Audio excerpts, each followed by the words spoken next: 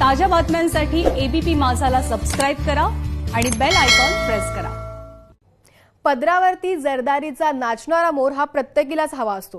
म्हणजे वसंत पवारांचं ठेकेबाज संगीत आणि सुलोचनाबाईंचा तसाच ठसकेबाज आवाज ऐकला की आपसुकच पैठणीचा विषय हा निघतोच।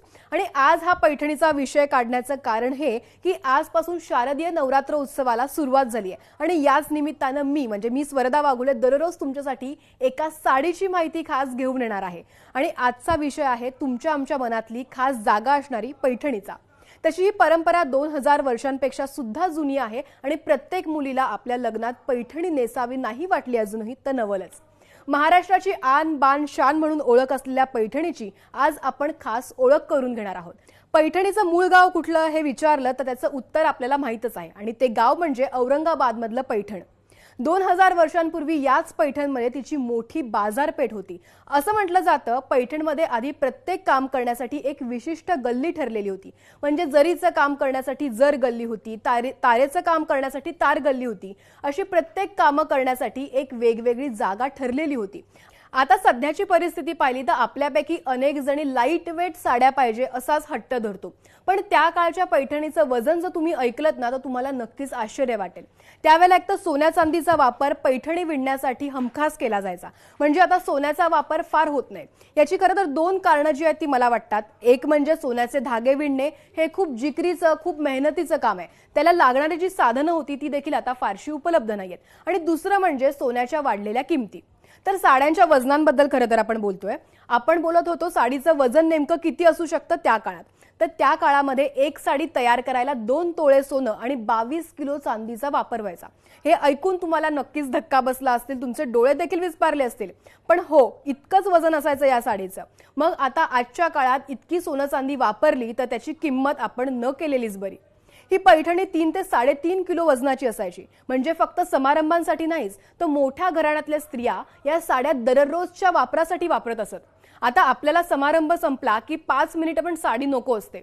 आज पैठण्यांमध्ये सोन्याचा नाही पण अनेक ठिकाणी चांदीचा वापर हमखास केला जातो। आता येऊयात पैठणीच्या वेगवेगळ्या रंगांकडे। प्रत्येकीलाच वाटत असतं पिवळी, गुलाबी, काळी अशा वेगवेगळ्या रंगाची पैठणी आपल्याकडे आपल्या वॉर्डरोबमध्ये असावीत, पण त्याची नावं तशी नाहीयेत।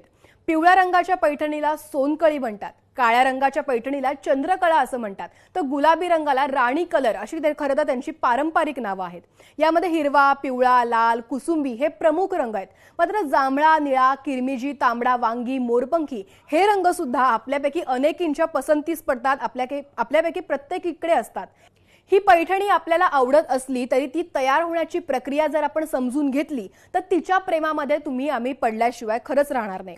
एक साडी ही पैठणी तयार करण्यासाठी 1 किलो सिल्कचा वापर होतो। साधारण तसं 700 ते 800 ग्रॅम सिल्कमध्ये ही साडी तयार होते। पण डीगमिंग म्हणजेच त्यातला कडकपणा कमी करून मऊ होण्यासाठी जी प्रक्रिया केली जाते त्यामध्ये 25% सिल्क हे वाया जातं। साधारण हे सिल्क 6 ते 7 हजारांपर्यंत किलो मागे मिळतं। उभ्या आडव्या हजारो धाग्यांनी हे महावस्त्र तयार होतं।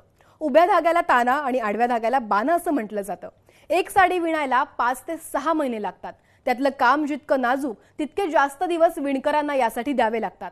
काठापदरावर रेशीम नक्षी आणि जरीतारीची एक विण करायला कधी कधी 2-2 महिने तर कधी कधी 1.25 वर्ष लागतं।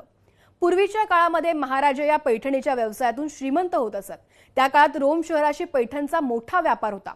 पैठणहून पाठवलेला माल डहाणू, नालासोपारा येथील बंदरातून समुद्रामार्गे परदेशी जात असे आणि त्यासाठी ते लोक अनेक महिने आपल्या बंदरावरती येऊन थांबत असत। त्या काळी पॅकेजिंगसाठी सुद्धा खूप क्रिएटिव्ह पद्धत वापरली जायची।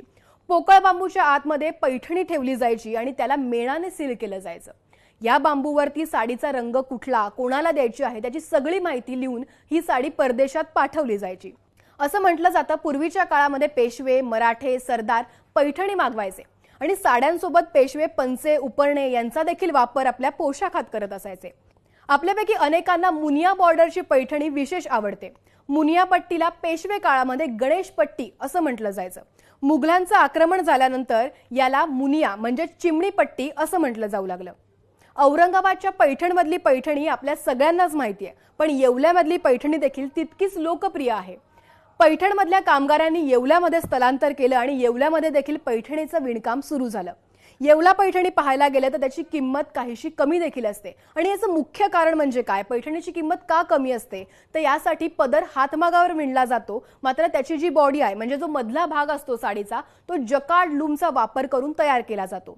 यासोबत अनेक साड्यांमध्ये आता प्लास्टिक जरीचा देखील वापर होतो. म्हणजे पूर्वीच्या काळी जसं सोनं चांदी वापरली जायची तशी आता या काळी प्लास्टिकची जर इथे वापरली जाते. त्यामुळे आपसुकच या पैठणीची किंमत जी आहे ती कमी कमी होत जाते. गडद रंग म्हणून ओळख असलेल्या पैठणीवरती आता विविध प्रयोग होताना देखील आपल्याला पाहायला मिळतात. काही विणकर हे पेस्टल म्हणजे फिक्या रंगात देखील या पैठणी आता तयार करू लागले आहेत. नारळी, कॉटन, ब्रोकेड पैठणी असे वेगवेगळे प्रकार या पैठणीमध्ये आता आपल्याला बाजारामध्ये उपलब्ध असलेले पाहायला मिळतात. यासोबत पैठणीचे कुर्ते, ओढण्या, बॉर्डर, जॅकेट यांपासून ते आता अगदी पैठणीच्या मास्क पर्यंत या पैठणीमध्ये विविध प्रयोग केले जात आहेत. पैठणी जपायची कशी यासाठी सुद्धा काही टिप्स पाहूयात.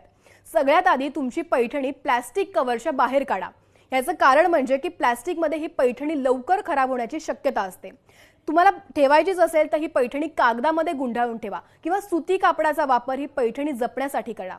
तुम्हाला जर पैठणी अनेक वर्ष जपून ठेवायची असेल, ती टिकवायची असेल तर तंबाखूच्या पानांमध्ये ही पैठणी गुंडाळून ठेवा. 6 महिन्यातून एकदा तरी तुमच्या पैठणीला ऊन दाखवा आणि याचं कारण म्हणजे त्याच्यावरती येणारी बुरशी किंवा त्याच्यावरती येणारा वास जो असेल तो आपसुकच कमी होतो आणि साडीला देखील हवा मिळते. खरं तर ही सगळी पैठणीची माहिती झाली. पैठणीला महावस्त्र म्हटलं जातं याचं मुख्य कारण म्हणजे तिचा असलेला इतिहास. ही वापरताना किती मोठ्या संस्कृतीचे आपण पाईक आहोत हे लक्षात घेऊन त्याचा अपार अभिमान बाळगणं गरजेचं आहे.